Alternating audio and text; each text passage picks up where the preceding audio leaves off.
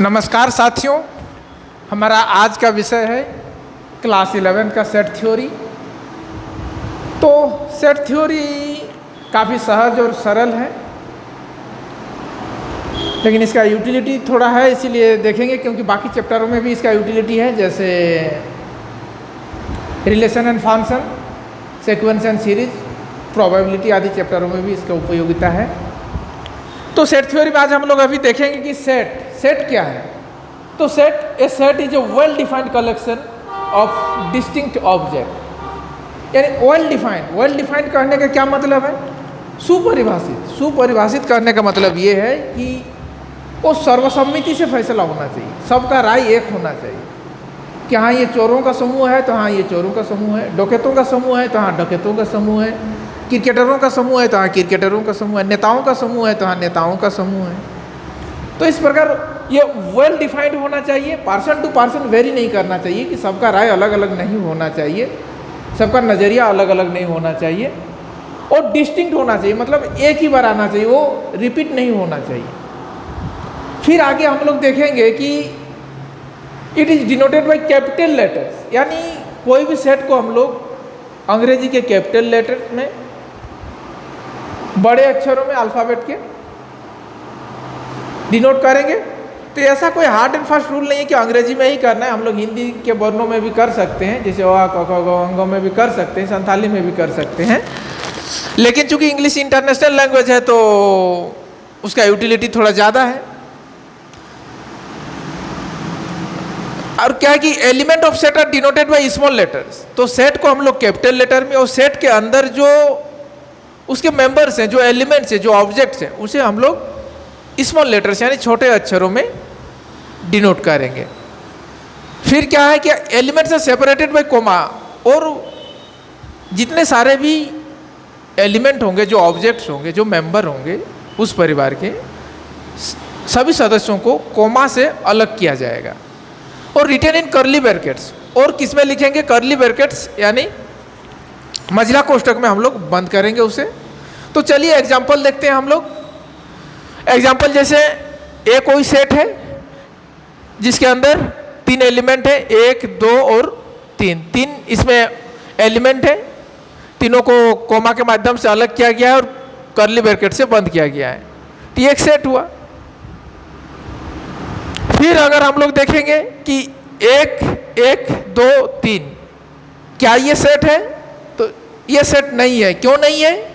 क्योंकि इसमें 1 का 2 बार रिपीटेशन हुआ है। तो रिपीटेशन अगर होगा किसी भी एलिमेंट का तो फिर सेट नहीं कहलाएगा।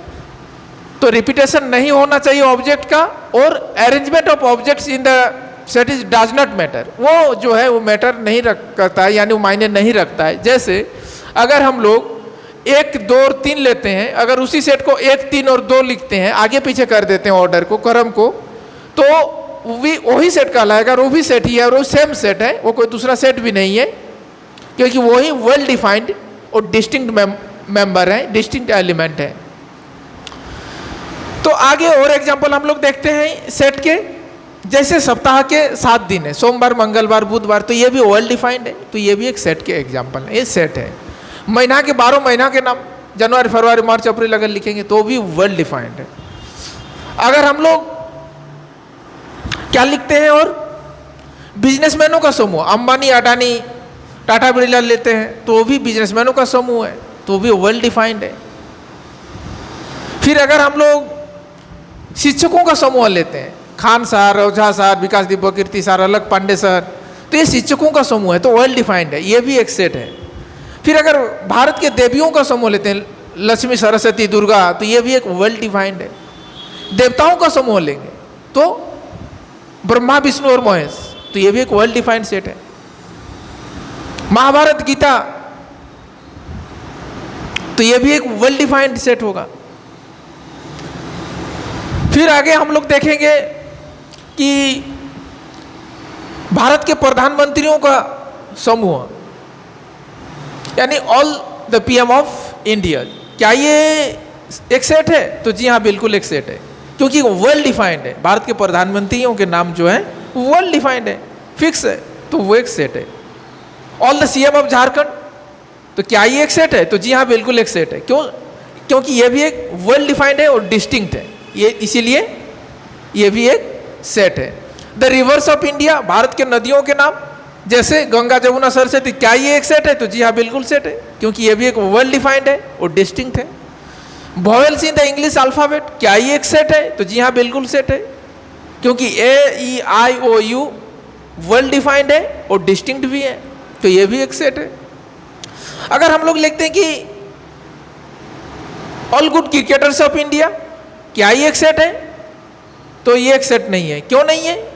क्योंकि गुड क्रिकेटर का कोई एक फिक्स पैमाना नहीं है मापने का, क्योंकि किसी को विराट पसंद है, किसी को वैभव पसंद है, किसी को हार्दिक पांड्या पसंद है, तो किसी को बुमराह पसंद है। जैसे बेबी को बेस पसंद है, सानिया मिर्जा और प्रियंका चोपड़ा को विदेश पसंद है।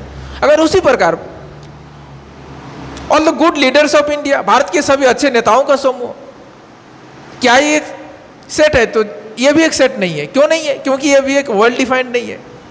किसको मोदी पसंद है, किसको ममता पसंद है, किसको अखिलेश पसंद है, किसको अरविंद केजरीवाल पसंद है, किसी को हेमंत सोरेन पसंद है, तो ये भी वर्ल्ड डिफाइंड सेट नहीं है, क्योंकि वर्ल्ड डिफाइंड नहीं है। फिर अगर all beautiful people of India, Bharat के सभी खूबसूरत लोगों का समूह, तो ये भी ब्यूटीफुल का कोई एक फिक्स पैमाना नहीं है मापने का। कोई बाहरी खूबसूरती पे फिदा है, कोई भीतरी खूबसूरती पे फिदा है, कोई कवर देख के लवर चुनता है, तो कोई किसी के अदा पे फिदा होते हैं। तो अगर भारत के अच्छे लोगों का समूह बोला जाए तो क्या ये एक सेट है? तो ये भी एक सेट नहीं है, क्योंकि अच्छे लोगों को मापने का कोई एक फिक्स पैमाना नहीं है। इसीलिए भी अगर पूछा जाए कि भारत के अच्छे लोगों का एक समूह, तो ये भी एक सेट नहीं है। अगर all good husbands of India, Bharat के अच्छे पतियों का समूह, तो आज तक किसी महिला को अच्छा पति मिला ही नहीं। किसी को बिल गेट पसंद है, किसी को शाहरुख खान पसंद है, किसी को मर्यादा पुरुषोत्तम भगवान राम पसंद है। जब भूमिपुत्री भारतश्री मां सीता अयोध्या के पंचवटी में बैठी थी, तो उन्हें सोने का हिरण चाहिए था, और जब वो सोने की लंका पे अशोक वाटिका में बैठी हुई थी, तो उन्हें मर्यादा पुरुषोत्तम भगवान राम चाहिए था। तो अच्छा पति किसको बर्थडे में गिफ्ट देने वाला पसंद है, किसी को एनिवर्सरी में गिफ्ट देने वाला पसंद है, किसी को दुनिया भर का शेयर कराने वाला पसंद है। तो इसीलिए सबका जो पॉइंट ऑफ व्यू है, जो विचार है, जो ओपिनियन है, वो अलग अलग है। इसलिए अच्छे पतियों का समूह ये कोई सेट नहीं है। अगर अच्छे बॉयफ्रेंड का समूह बोला जाए, all the good VF of India, तो ये भी एक सेट नहीं होगा, क्योंकि किसी को अजय, विजय और संजय पसंद है, किसी को अमर, अकबर और एंथनी पसंद है, किसी को चाट चौमिन खिलाने वाला पसंद है, किसी को शॉपिंग कराने वाला पसंद है, तो किसी को गोलगप्पा खिलाने वाला पसंद है, तो किसी को आइसक्रीम खिलाने वाला पसंद है। इसलिए ये भी एक वेल डिफाइंड सेट नहीं है। फिर आगे हम लोग देखते हैं, जैसे कि लव जिहाद, लैंड जिहाद, थूक जिहाद, क्या ये एक सेट है? तो जी हाँ, ये एक सेट नहीं है। क्यों नहीं है? क्योंकि लव जिहाद, लैंड जिहाद, थूक जिहाद दो है। बीजेपी वालों के लिए तो वेल डिफाइंड है, लेकिन इंडी गठबंधन वालों के लिए वेल डिफाइंड नहीं है, इसीलिए विवादास्पद शब्द है, तो ये सेट नहीं है। अगर हम लोग देखते हैं कि अफजल गुरु, अजमल कसाब और यासीन भटकल, क्या ये एक सेट है? तो जी हाँ, ये एक सेट है, क्योंकि एक आतंकवादियों का एक ग्रुप है। सबका इसमें एक राय हो सकता है कि हाँ, अफजल गुरु, अजमल कसाब, यासीन भटकल आतंकवाद है, तो ये एक सेट है। तो जी हाँ दोस्तों, आज का हमारा ये विश्लेषण आप लोगों को कैसा लगा, कमेंट में जरूर बताइएगा। फिर मिलेंगे अगले एपिसोड में, तब तक आप लोग अपना और अपनों का ख्याल रखें। जी धन्यवाद, शुक्रिया।